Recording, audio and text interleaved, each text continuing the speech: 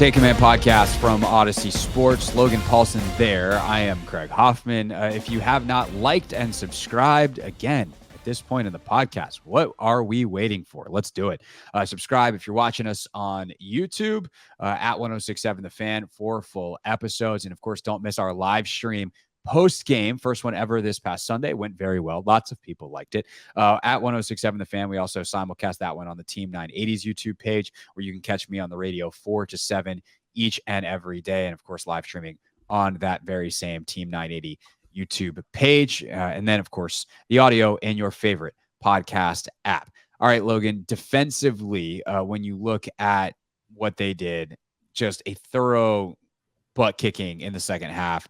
Really good job to clamp it down. And you just feel the momentum like building throughout the game. Yeah. And it gets to this point, and we talked about this some in the offensive breakdown, where whether it's Ron, EB, whoever's, involved in those conversations realizes like, hey, we can change what we're doing offensively, because defensively we got this thing on lock, and that affects some of the play calling and decision-making and does so in a positive way. But, when you talk about the defense overall, how they do. And I guess we can start up front, because that really is where it starts. Yeah, I mean, those dudes played awesome. Like, awesome. Everybody played awesome. Payne, Allen, obviously they came and did what we've come to expect them to do. I think the most impressive thing is just Payne just seemed like he was all over always in the backfield, all over the field, rushing, decisively. Like, it just, like, they're so confident, and I think maybe that's what comes with getting paid and being that guy on the team. But both those guys did a great job. Montez Sweat, I thought he'd had to have more kind of like quick wins in terms of rushing against Paris Johnson. But, obviously when the moment came up, he was able to make big plays with the sack fumble. Great job by him. And then James and Casey, they flashed. James had like a tackle for loss and was great in pursuit and great set edges. And, Casey draws the holding call, has a tackle for loss. So, like, it's just great to see that group. And then Abdullah Anderson shows up quite a bit in terms of production on like as a rotational piece, and Big John Ridgway's in there looking in better form than he did in the preseason. So that's a good sign. So, I mean, I'm not saying anything. This isn't great analysis. It's just like they did a good job, and they are good at football, and they're going to be a mismatch for most offensive lines. Like, shoot, you know what I mean? Like, I don't know what else to add there. Like, they're a bunch of freaks, dude. Like, they're a bunch of freaks, and they got great depth, and that's the backbone of the team. I think the thing that with that group is, like, I think Arizona's offensive line is good. What happens when they have a more dynamic passer that they're rushing, or a more dynamic offense in general? Because Arizona's offense was so limited by what Josh Dobbs could do. Like, they're running keepers, they're not doing anything that's really going to challenge you, schematically, especially in the back end, because they just can't. They just can't. So what does that look like when you're going up against? I don't know if Denver's going to be that litmus test, but what happens when you go up against a better group and a better play caller? What happens in week 3 when Josh Allen comes to town? Correct. And like, so that to me is going to be really interesting to watch, is like when you get a more mobile passer, when you get a more dynamic offense, when you get a more layered, nuanced game plan, can they still be this effective? And I would like to think so, because they're a bunch of physical freaks, but we've seen them, and this is good football process by opponents. Like, we've seen people call games that negates their effectiveness, because they're running quick games, running screens, they're running a lot of play action. They're doing, you know what I mean? They make it really complicated for them. But in this game, like, they were awesome. And like, that's what we're coming to expect from this group. It's just about, can they be consistent against, elite play callers and elite quarterbacks? So. Yeah, no, 100%. I think the thing that I am really impressed with, there's two things. One, I think Jack called a hell of a game, and includes like some really smart usage at times of the Cinco package. It were really effective out of that look. Duran, some of his tackles for loss come in that package where you're like, okay, well, Duran Payne's got a one-on-one. Duran just killed a guy again, and he's in the backfield. John gets some of that as well. Obviously, everyone, at that point, everyone is across the line getting those one-on-ones, which is why you use that package. So I think he deployed that well. The other thing that I think stands out for me, and as like a question moving forward, specifically when Chase Young gets back, is can they continue to play with the discipline that they do when James Smith-Williams and Casey Tuhill are in there? Yeah. And you see James, especially on first and second down, the way he sets the edge and the way that he is able to get upfield, collapse the pocket, not necessarily I have to win this rush with speed Right. to the outside. I have to take this huge risk. He stays in his rush lane and he pushes the O lineman towards the quarterback. That, if he can get there, great. If not, he is kind of pushing to Montez Sweat, Daron Payne, or John Allen. And if Montez is doing the same thing on the other side, one, Montez is better at ultimately getting off the block and getting the sack. He has the sack and a half accordingly. So you see like the difference in skill sets there. Sure. But if those two are coming together, it obviously forces the quarterback to step up, and then you're stepping up into Daron Payne and John Allen, which is not exactly a treat. And so when Chase gets back, can they keep that? That to me is like the big question, because I think what you also see, as we'll talk about in a second, is the improvement on the back end allows some of those plays where that happens. And last year it was a pressure to become a sack. The coverage pressure marriage, the front end back end marriage is essential. And the back end has shored up to a point that they're going to just create sacks if they just play within themselves, and because they're able to do their job up front so successfully. And so what happens when Chase gets back? Is it the Chase Young rookie year Ohio State who rushes with that discipline? And frankly, even though he wasn't very good last year, he did rush in a disciplined manner last year in those 3 games. Is it that Chase Young, or is it 2021 Chase Young that's all over the place and is letting quarterbacks out and scramble? And especially if he comes back against Buffalo in week 3, Josh Allen will kill you if you do that with his legs. Yeah, and I think that's a great point. Like the more research I've done on, because I have some defensive line guys that I coach in the NFL, and the more research you do about that, it's not just win your matchup. It's like win your matchup with the other 4 guys. And so like you do need guys who are going to like stand in the background and play background music. You know what I mean? Like they're, or be backup singers, like, because you've got all these really big dynamic athletes and personalities, like you got to rush how you're supposed to rush. And I will say this about Montez, man. Like everyone gives him a hard time because he's not like this double-digit sack guy, but he rushes really, really well with everybody else. Like he knows where he fits in, and it elevates everybody. And so, like to your point, like can Chase show some maturity when he comes back and do that? And I don't know. Like he doesn't have a great history of doing that, but I think that group, like it would just be, if it's 4 guys rushing together, those 4 freaks rushing together, like that would just be fantastic, man. But yeah, like to your point, like James, Casey, Abdullah, like they know, even Ridgeway, they know that they're not the main guys. And so you'll see them like augment rushes and then do different stuff to cover down for when Payne's taking a shot or Allen's taking a shot or Tez is taking a high angle. Like, and so that there is a lot of value to what those guys bring to that group in terms of depth, in terms of production. But when Chase gets back, hopefully it elevates and doesn't detract from the chemistry that group has. Right, because what if, Chase does the same thing, but he has his finishing ability instead of what James or Casey provides? Then you're talking about sacks as opposed to just pressures 100%. that those guys got. And then the same thing in the run game. James strings some stuff out, misses a couple of tackles for loss potentially. Like ultimately, I think team tackle for loss on at least one of them that I'm thinking about. But if Chase can make that initial play, like that's an upgrade. That's why you're Chase Young, 2nd overall pick, versus James, who's a very, very good football player, but was 7th rounder or whatever. Like, can you be that playmaker? But by doing it in the same ways that these guys currently are being hyper effective. That to me is the question, which ultimately we'll find out. Hopefully it sounds like week 3 against Buffalo. Although Ron did say, full contact this week. We'll see how he responds to it. But the reporting suggests that he will miss this week's game pretty much no matter what. Yeah. And, to your point, like James, like they, one of the things we talked about on the pregame show was like run a lot of pin pull. And they're running like this toss crack screen, which they ran in the preseason. Not screen, it's a toss run. Yeah. They're cracking with the receiver. And in the preseason, I forget who they were playing, but the receiver comes down and just manhandles the defensive end. It was Karlaftis, so Kansas City. And James like doesn't mess with that receiver at all. He just jets straight up the field and makes the back bubble way back and allows all the pursuit to beat their blocks and get there. So again, like that's just doing what you're supposed to do. Like I know that that's not sexy or super exciting, but you're doing your job at a high level. And like that's what those 2 guys, man, they bring that. They bring that just kind of like, it's not always flashy, but I am where I'm supposed to be and I'm hungry to do what I'm supposed to do.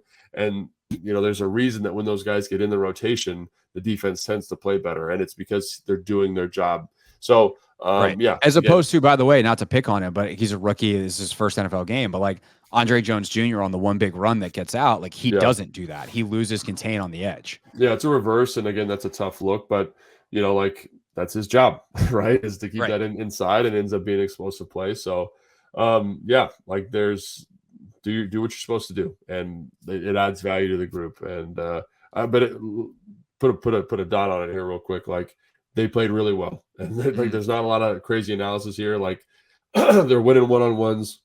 They're playing great together as a group. They're taking on double teams. They're rushing the pass. They're doing everything you want to see.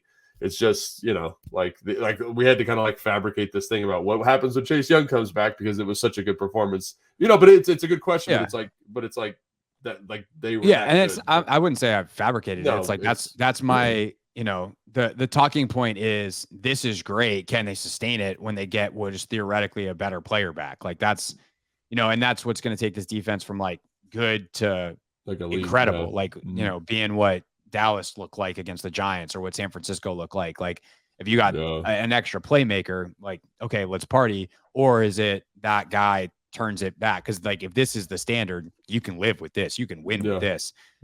So what's the point? All right, and it is 1 week, and we got to see how they do against other teams. But yeah, I agree with you. And it is 1 week against Josh Dobbs in Arizona, so not getting too far ahead of it.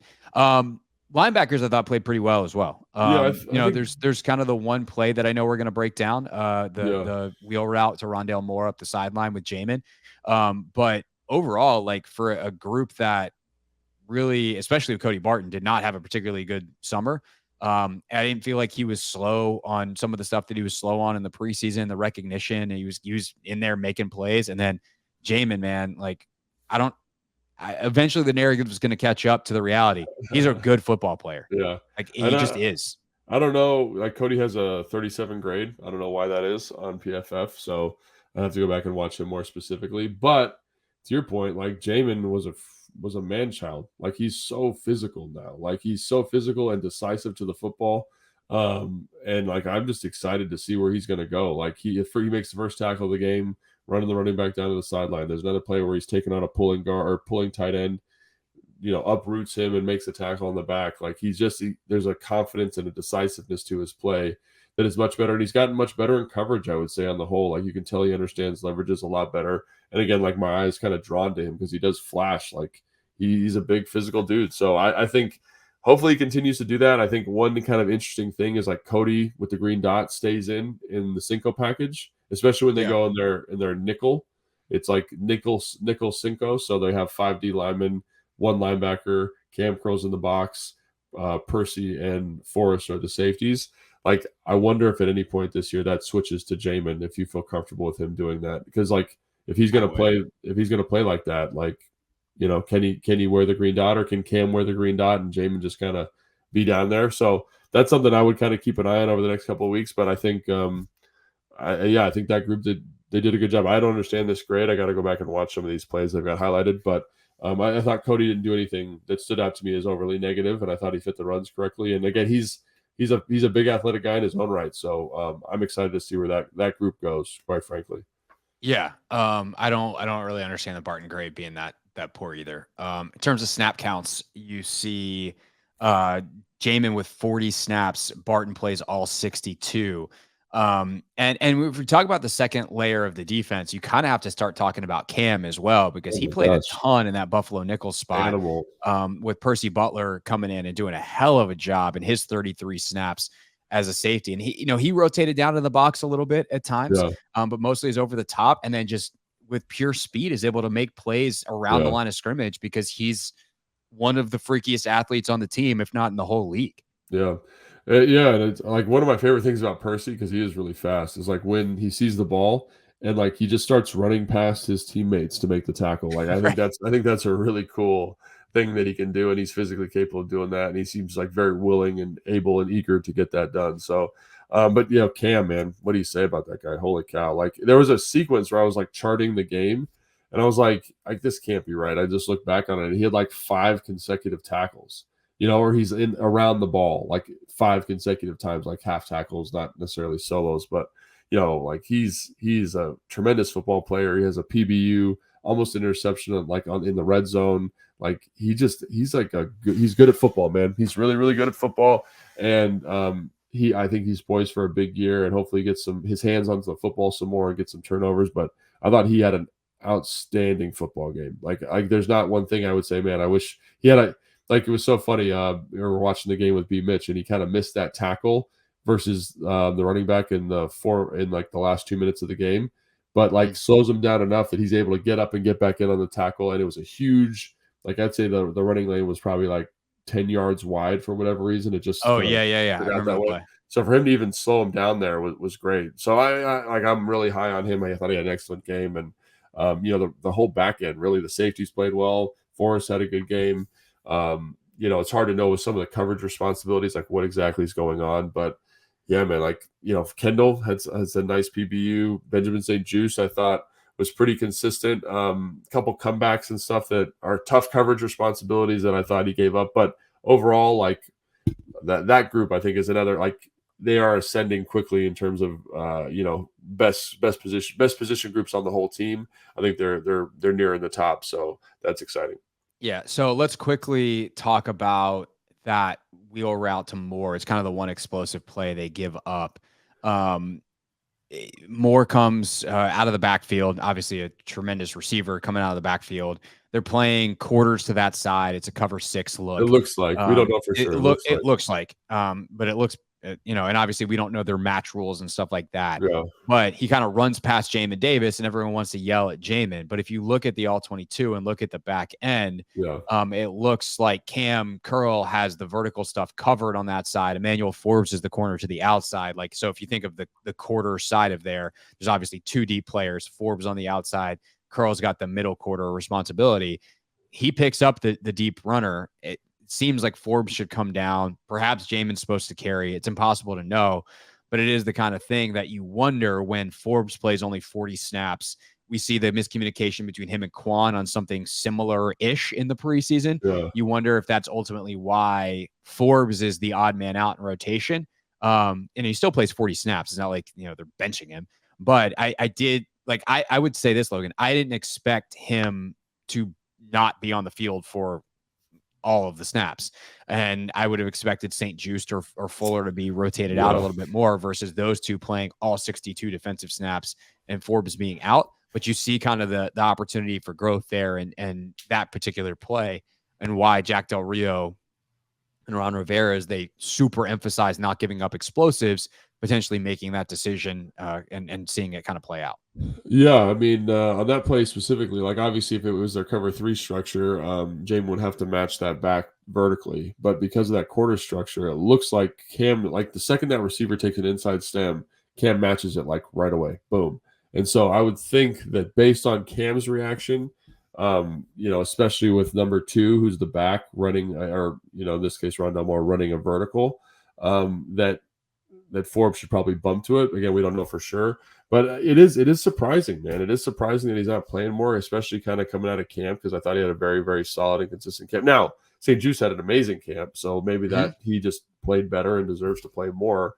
But that would be an interesting conversation to have with someone in the building about why they chose not to play. Maybe they're trying to bring him along. Maybe he feels more comfortable in certain packages or whatever it is. I don't know. But that was a little surprising to me that he wasn't playing 62 snaps, 62 defensive snaps. So, by the way, the last defensive snap, what a play by him. No, great play. Being in trail and just coming. I mean, he runs the route for the receiver. Yeah. Very easily could have picked it. Instead, it's just a PBU. It's 4th down. It doesn't matter. Game over. So fantastic job. It's not like he played poorly by any stretch of the imagination. But yeah, on that one play, that's kind of what happened. And a lot of people are yelling at Jamin. And if I had to guess, it's not Jamin there. But obviously it's, as we'll say ad nauseum the rest of the year, it's impossible to know for sure. Coverage structures suck, man. They're just because they run so many that look the same. Yeah. Even when you have a sheet in front of you with the coverage structure, it's almost like, I had this conversation with Ron. We were doing coach's show, and I was like, "Oh, what coverage is this?" He's like, "Dude, I don't know. I'd have to see the call because it changes based on formation. It changes based on personnel. It changes, motion changes it. So it's I could give you my best guess because he knows the defense really well, but it's also I don't know exactly what this call is because it's so variable down to down. And, so I think that's where we're doing our best over here is basically what I'm trying to say. Right. It certainly looks like cover 6, but if it's cover 6 match, who knows? Who knows? All right. Anything else from the game that should be discussed? We're already an hour into this son of a gun, so I think we've covered it all.